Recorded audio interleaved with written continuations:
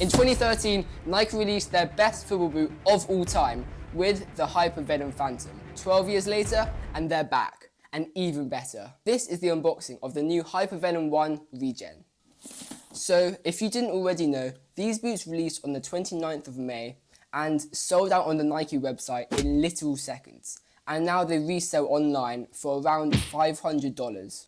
Luckily though, I was able to actually get a pair from ProDirect on release. And their website didn't seem to have as many bots as the Nike website did, and therefore didn't sell out as quickly. But let me know if you were able to get a pair, and now let's start unboxing the boots. So here we have a Hypervenom box with the Hypervenom logo on the front. I think this is a really nice feature, and it's the same as the original box as well. Instead of having a plain and silver box, which is what normal Nike football boots would come in.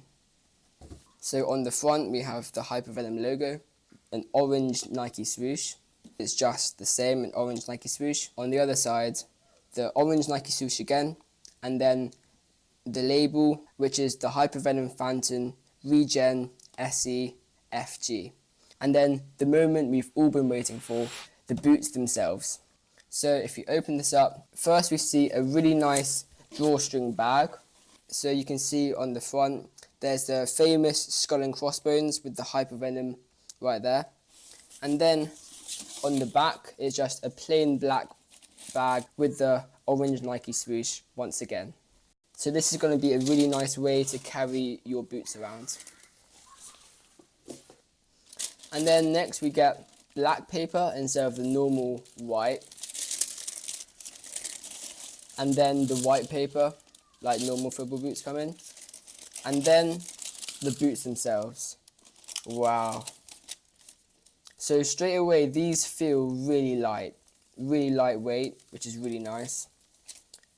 And they just look stunning. The orange and the black work together really well to make this iconic football boot. And it's amazing how Nike are bringing back these boots, which are probably one of everyone's favourite Nike boots of all time. And that is shown with the amount of hype that this release had and how hard it was to get one of these boots. So these are basically a copy and paste of the original Hypervenom Phantoms that were released in 2013. So let's take both boots out so we can take a closer look. So these are the new Hypervenom 1 Regens, and they are just incredible. So like we've said, just like the original Hypervenom ones, with a one-to-one copy of their most famous honeycomb upper. You can see the different texture parts which just make this boot have so much grip and just feel so good on the ball. These boots use the famous Nike skin, which is so important in making this boot so soft and so grippy like it is. So the honeycomb mesh has a nice matte and grippy feel, which would help for increased control on the ball. And as well as this, Nike have used the Hyper React 3 Soleplate, and this is one of Nike's best ever soleplates made. Surely this is going to be one of the greatest Nike boots that they've ever made. So the soleplate of this boot is different to the previous model, with this one being from the Hypervenom 3 instead of this one, which is the original Hypervenom 1. So these boots have a very, very thin Nike skin upper, which gives a more natural and nearly barefoot feel when controlling the ball. As well as this, the lacing is in the diagonal line, which will lead to a larger surface to strike the ball, leading to improved shooting and more power generated on each shot. And these boots also have Nike's ACC, standing for All Conditions Control, which is Nike's wet control technology, meaning that they'll be better in the rain compared to boots that don't have ACC. And then there's one more part of the boot, which if you just take out of this cardboard, is the tongue.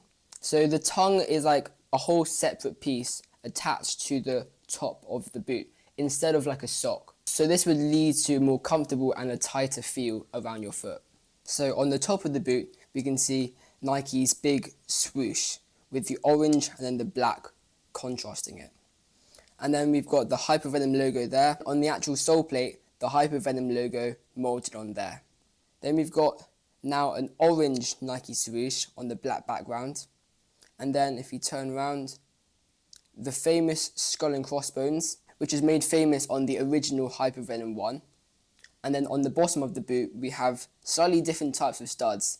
We have these more rounded ones, and then these straight ones, and then these more triangular ones, which would lead for more aggressive traction.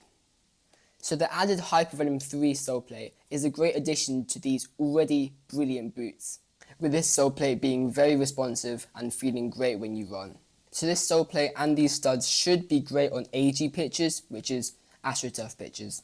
But take in mind that if you do play with these boots on Astroturf pitches, you will lose your warranty, since these are FG boots, which means that they're made for more grass or dry grass pitches. So in terms of fit for these boots, Nike Phantoms tend to be slightly wider compared to Mercurials, which are made for more narrower feet. And then if we compare this boot to these Mercurial boots, on the inside you can see the cutouts in the material, which still leave lots of structure on the boot, but there are definite cutouts to save weight and make the top of this boot much softer. However, on the Mercurial boots, there aren't any cutouts and instead just more thin layers. So instead of it being built overlapping each other, on the Hypervenom, they've cut into the material, with the Hypervenom having fewer layers and therefore a softer and more natural barefoot feel. These are really lightweight and soft, but how light are they?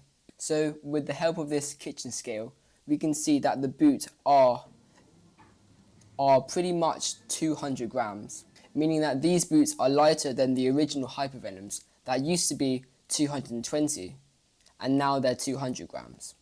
But they aren't as light as Adidas's ultra lightweight boot, the F50 laceless, which is 170 grams. But these are still some incredibly light boots, which will make them much more comfortable to play in. And if you weigh the Mercurials, we can see that they're also around 200 grams, if not a little less. And these Mercurials are Nike speed boots, meaning that these Hypervenoms are extremely lightweight, and even though they weren't meant to be speed boots, they could still be used as speed boots.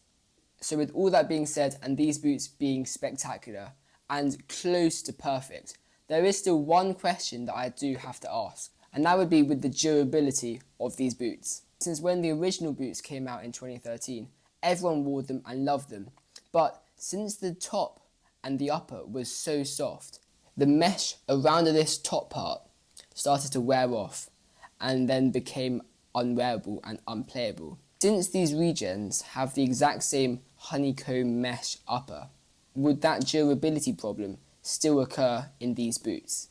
And only time will tell, but just because of that reason, I probably won't wear these boots in all of my Astroturf training sessions, and instead maybe just grass matches, since wearing these on Astroturf will definitely wear them down faster. So with these boots being released all the way back in 2013 with Neymar as the headline star, but now in 2025 with Neymar at Puma, Cole Palmer and Lautaro Martinez have been given the roles of headlining this release. If you haven't seen already, Cole Palmer wore these in his spectacular game in the Conference League final against Real Betis. So it shows a new generation of Nike footballers taking to the largest stages in Europe, but with a classic and loved design that brings a bit of nostalgia to many people. So let me know down in the comments which boots you want Nike to re-release next. And I'm so glad that Nike chose these Hypervenoms to re-release, but with these boots being very limited and extremely hard to get, I don't think we'll be seeing these boots many times on local football pitches. Let me know if you want me to test these boots out on the pitch for a future video. I hope you enjoyed this unboxing. Thanks for watching.